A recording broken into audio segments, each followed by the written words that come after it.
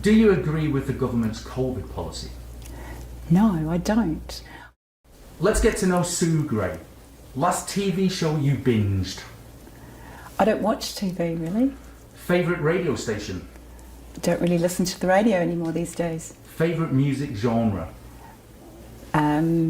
Woman, soloists, New Zealand, Beer or wine? wine, PC or Mac? PC, Drive yourself or take public transport? cycle mostly, Council or commissioners? council. Favourite evening meal you cook yourself? Ooh, probably Thai When was the last time you cleaned your toilet? this morning. Okay, on to serious business. What's the single biggest issue facing Tauranga that's so important you die in a ditch over?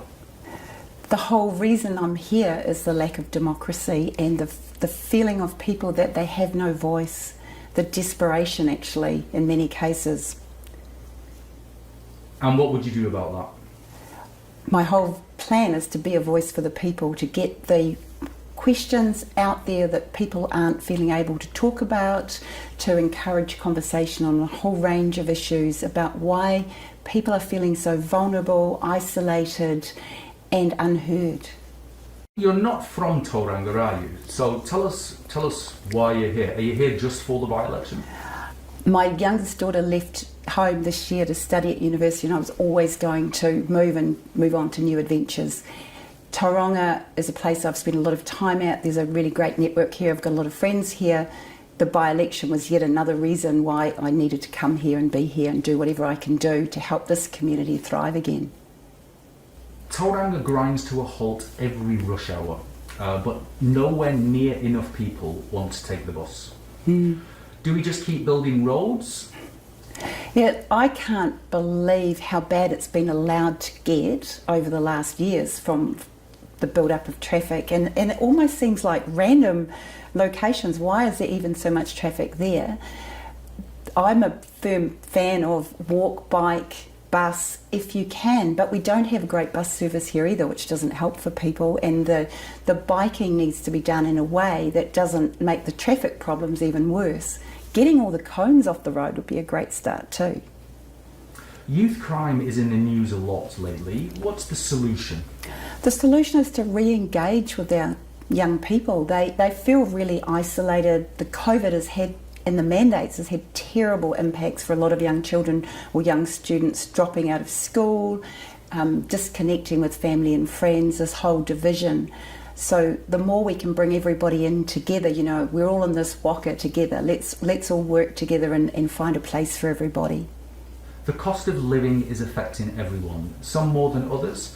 What tangible things can the government do to address it? Help starts at home, so let's find community networks to support each other.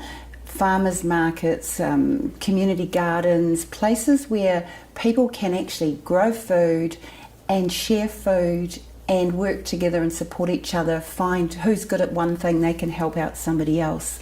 So what I'm interested in is fixing this whole sense of isolation and division, reuniting people and making their lives a better quality life. So it shouldn't be about money, but sadly it's become about money because everything's got so darn expensive. The government needs to start looking after its people rather than the whims of the overseas markets. If elected, what's the first thing you do for Tauranga? First thing I'd do is invite everybody to come together and start talking to each other so that I can fully understand. I've been doing it ever since I've been here, talking to as many people as I can, but bringing people together even more. And how does that help rush hour, cost of living? You know, how is that going to help me that lives there? So that people feel part of the community. Everyone that I've spoken to is feeling like they're isolated in one way or another, and so then they get angry and frustrated because they feel that it's not the Tauranga it used to be. It's become this city for other people but not for them. But actually, even some of the people that you'd feel that are the winners out of all this, they feel that it's not the city that it used to be either, and it's certainly not the city they want for their children.